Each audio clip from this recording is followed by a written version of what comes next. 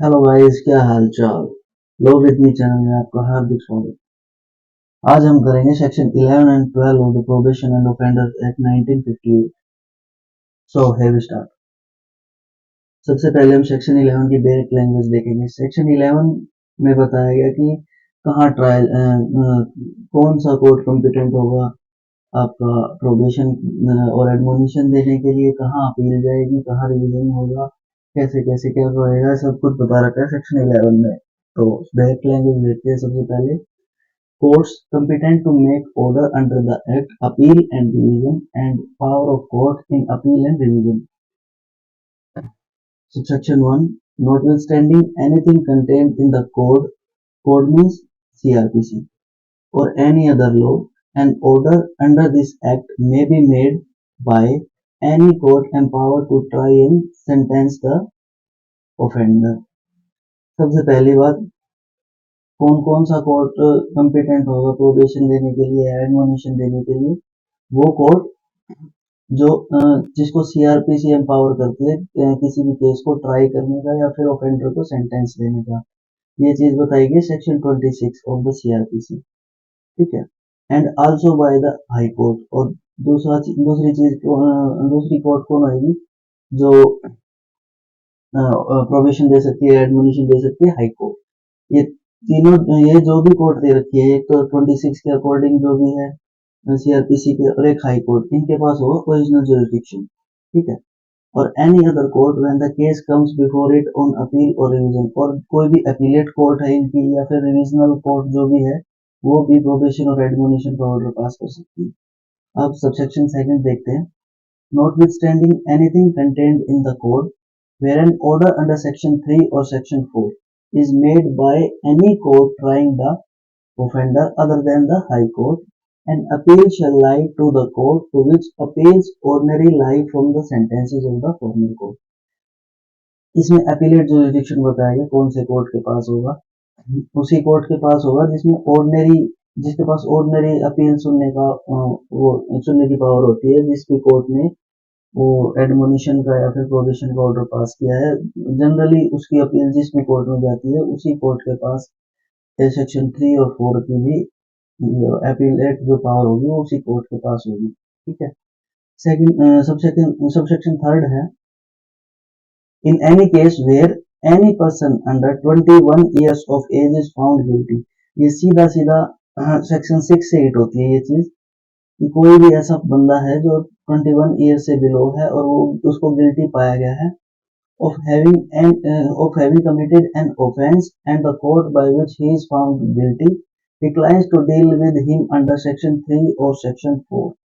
Section 6 का mandate था कि कोई भी 21 ईयर से नीचे का ऑफेंडर होगा, उसे हमने क्या है, प्रोबेशन का एक मैंडेट है कि प्रोबेशन का जो बेनिफिट है उसको देना है। अगर कोर्ट डिक्लाइन कर देते हैं या तो प्रोबेशन देने से या एडमोनिशन देने से सेक्शन 3 और 4 में उसको, and passes against in any sentence of imprisonment with और विदाउट फाइन। और या और क्या है, डिक्लाइन करते हुए उसको जेल में डाल देती है, कोई सेंटेंस होना देती है इम्प्रिजनमेंट का, from which no appeal lies or is preferred। जिसकी कोई अपील लाई ही नहीं करती, और अगर लाई करती है तो उसने आगे अपील प्रेफर नहीं किया, आगे अपील नहीं की उसने। then notwithstanding anything contained in the code or any other law। notwithstanding means overriding power है ये। ठीक है। किसी भी दूसरे लॉ में या फिर सीआरपीसी में कुछ भी कहा गया उसको ध्यान में नहीं रखना है। क्या ध्यान में रखना है? The court to which appeals ordinary lie from the sentences of the former court।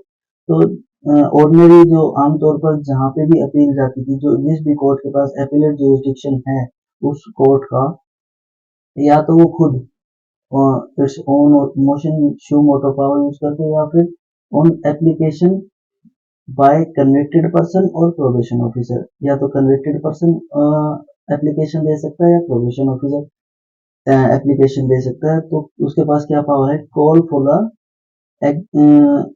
For examining the record of the case and pass such order there on as a thing fit.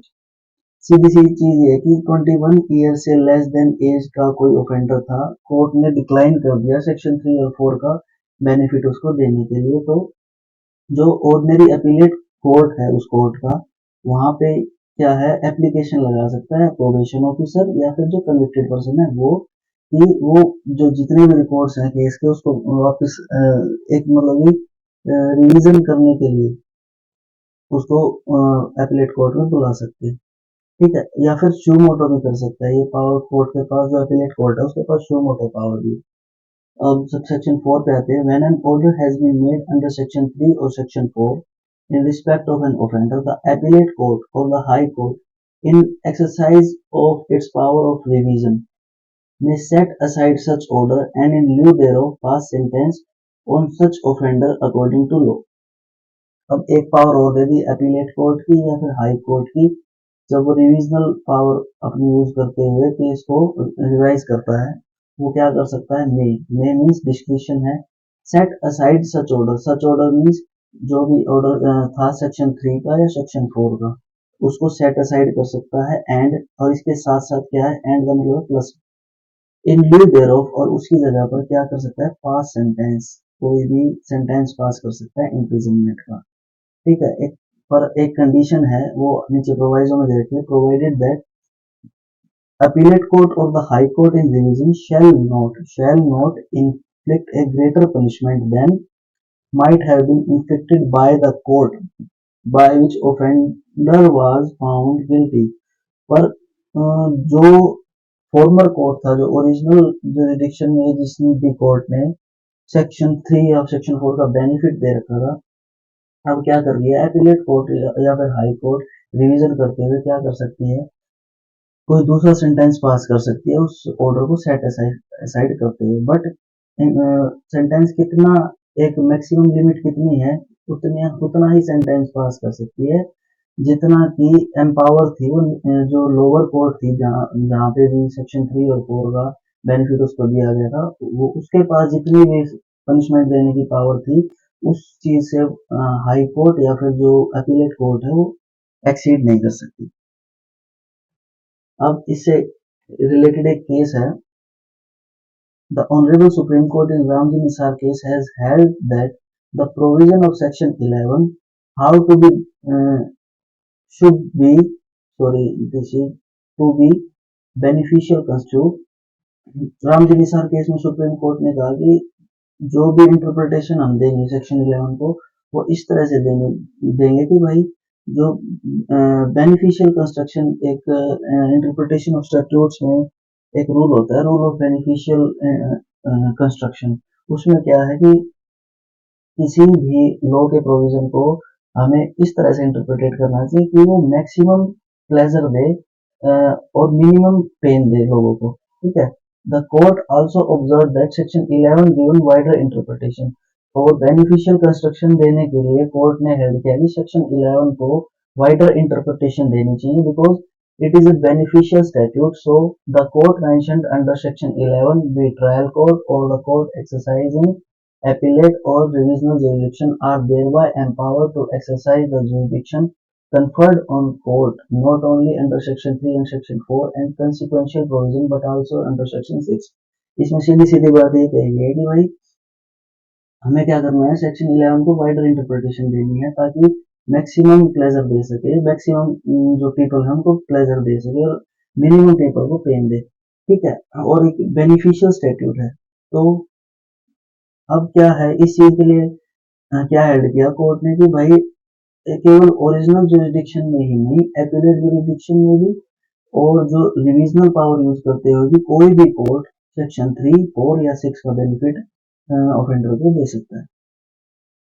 It must be noted that the appeal against the propriety of probation order passed by trial court under section 3 and section 4 and not an appeal against substantial acquittal or conviction। दूसरी चीज ये भी held की कि भाई हम जो भी अपील कर रहे हैं सेक्शन 6 में, वो अपील एक्विटल और कन्विक्शन के ऊपर के क्वेश्चन पे हम नहीं कर रहे हैं अपील, हम अपील कर रहे हैं ओनली टू द हम अपील कर रहे हैं कि भाई जो भी बेनिफिट देना था वो दे दिया, नहीं देना चाहिए था या फिर नहीं दिया जो कि देना चाहिए था, इस चीज पर हम अपील कर रहे हैं। एक्विटल और कन्विक्शन पर हम अपील नहीं कर रहे। The right to appeal conferred under this section, sorry, this is this section, to extend not only to accused but also, इसलिए क्या है कि जो राइट ऑफ अपील है इस सेक्शन में कोर्ट ने सुप्रीम कोर्ट ने हेल्ड किया राइट ऑफ अपील किसके पास होगा, एक्यूज के पास तो होगा ही, साथ के साथ प्रोसिक्यूशन के पास भी राइट टू अपील होगा। सिमिलर चीज एन कानाई वर्सेस राजकुमार सिंह के केस में हेल्ड की गई थी, गुवाहाटी हाई कोर्ट का केस है ये, ठीक है, कि भाई कन्विक्टेड पर्सन के पास भी राइट टू अपील है और प्रोसिक्यूशन के पास भी राइट टू अपील है। और सिमिलर व्यू था पटना हाई कोर्ट का in Baidyanath Prasad versus Awadhesh Singh. Now section 11, section 11 कहता है removal of disqualification attaching to the conviction, ठीक है। अब सेक्शन 12 पढ़ने से पहले एक चीज मैं बताना चाहूंगा, जो क्रक्स है इस सेक्शन का मैं वो बताना चाहूंगा।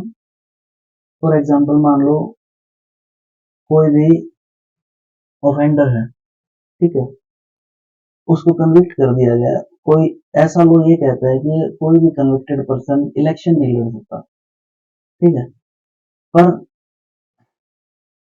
अगर मान लीजिए हमने वो कन्विक्ट कर दिया पर उसने उसको सेंटेंस नहीं दिया गया, सेक्शन 3 और 4 का बेनिफिट दे दिया गया प्रोबेशन ऑफ ऑफेंडर एक्ट का, तब क्या वो इलेक्शन लड़ पाएगा, ठीक है, उस चीज से डील करता है सेक्शन 12, उसी डिस्क्वालिफिकेशन की बात कर रहा है section 12, removal of disqualification attaching to the conviction notwithstanding anything contained in any other law, notwithstanding तो उससे शुरू किया, notwithstanding means किसी भी लॉ में इससे रिलेटेड चाहे कुछ भी कहा गया हो एक बार के लिए उसको भूल जाओ। notwithstanding anything contained in any other law, a person found guilty of an offence and dealt with under the provisions of section 3 or section 4 shall not suffer disqualification. This is important point. Shall not suffer disqualification if any attaching to conviction of an offence under section, means अगर कोई भी disqualification आती है conviction के लिए, conviction पे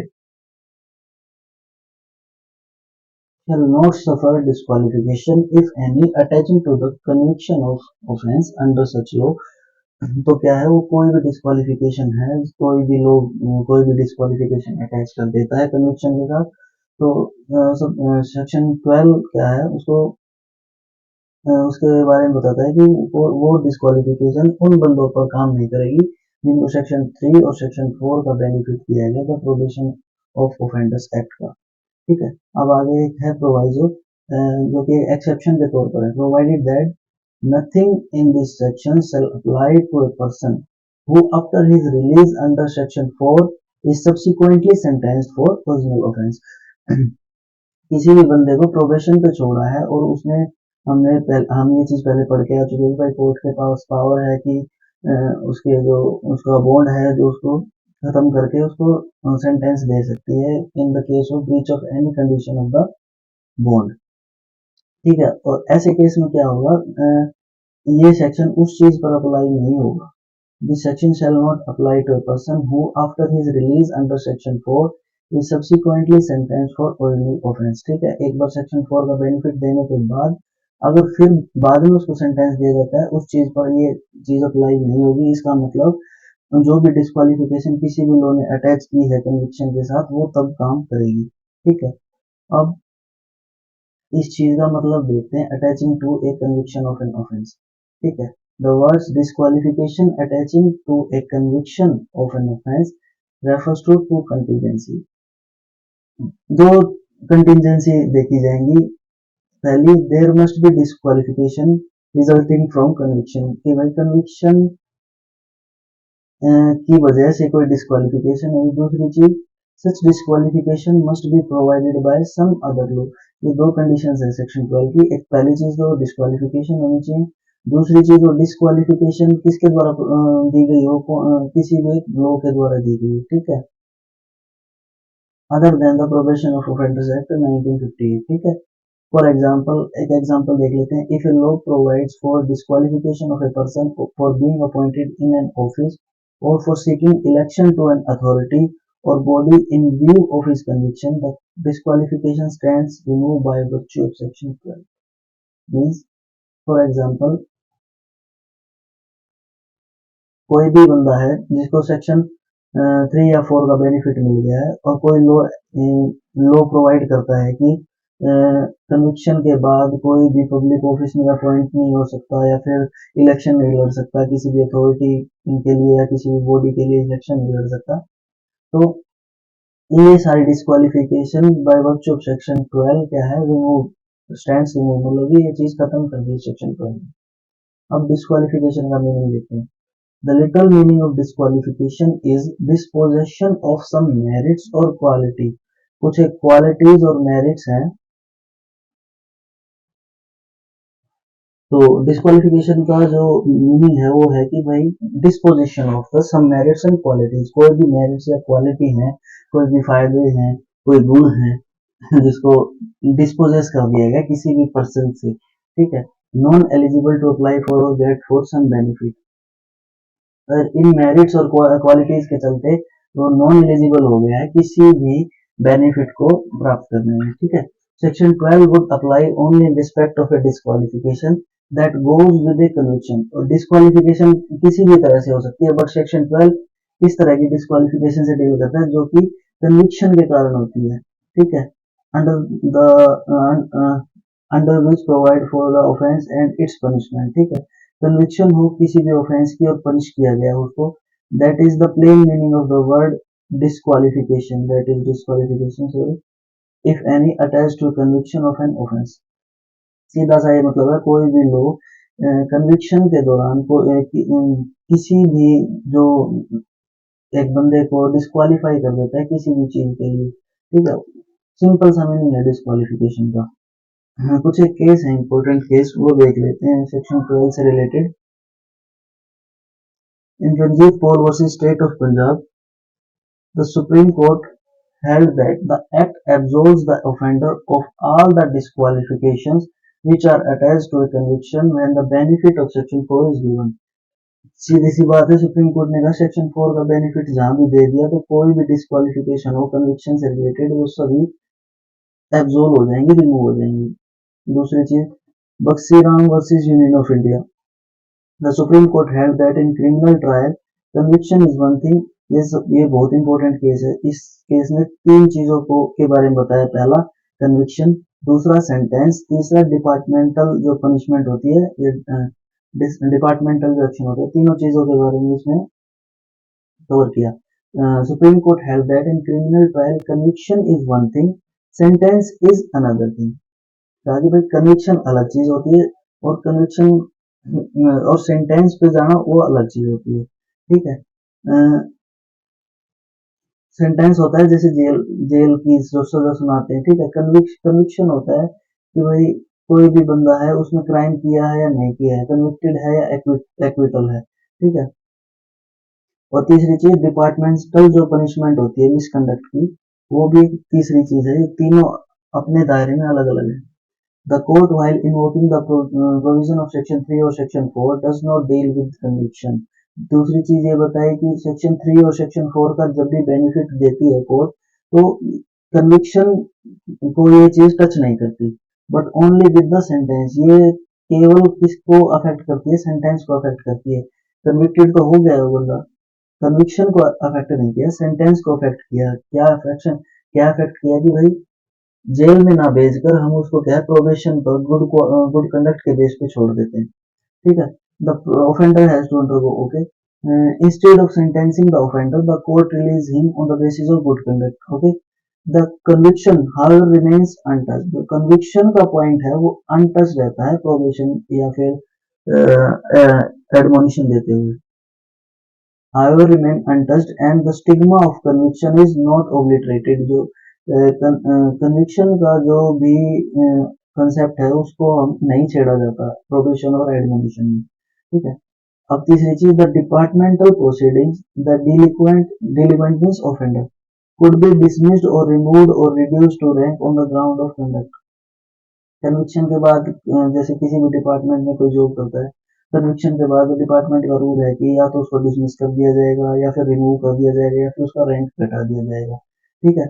which has led to his conviction on criminal charge। ठीक है, कोई भी क्रिमिनल चार्ज लगा तो डिपार्टमेंट में ऐसे रूल्स हैं जो उसको डिसमिस भी कर सकते हैं, रिमूव भी कर सकते हैं, फिर उसका रैंक भी घटा सकते हैं। तो सेक्शन 12 उन चीजों पे अप्लाई नहीं होता है। ये भी इसी केस में सुप्रीम कोर्ट ने हेल्ड किया, Bakshiram versus union of India में। सेक्शन 12 does not preclude the department for taking action of misconduct. ठीक है, कोई भी मिसकंडक्ट के अगेंस्ट कोई भी एक्शन लेता है डिपार्टमेंट, उस चीज को प्रिक्लूड नहीं करता। Section 12 leading to the offence to his conviction their own as per the law. ठीक है, इट मीन सीधा सीधा ये मतलब है सेक्शन 12 ना ही कन्विक्शन पे को अफेक्ट करता है, ना ही डिपार्टमेंटल प्रोसीडिंग्स को अफेक्ट करता है। केवल और केवल किस चीज को अफेक्ट करता है, सेंटेंस को अफेक्ट करता है। ठीक है, तो ये था हमारा सेक्शन 11 और 12 of the probation and offenders act. If you like the video hit the like button and do subscribe. Thank you, have a nice day.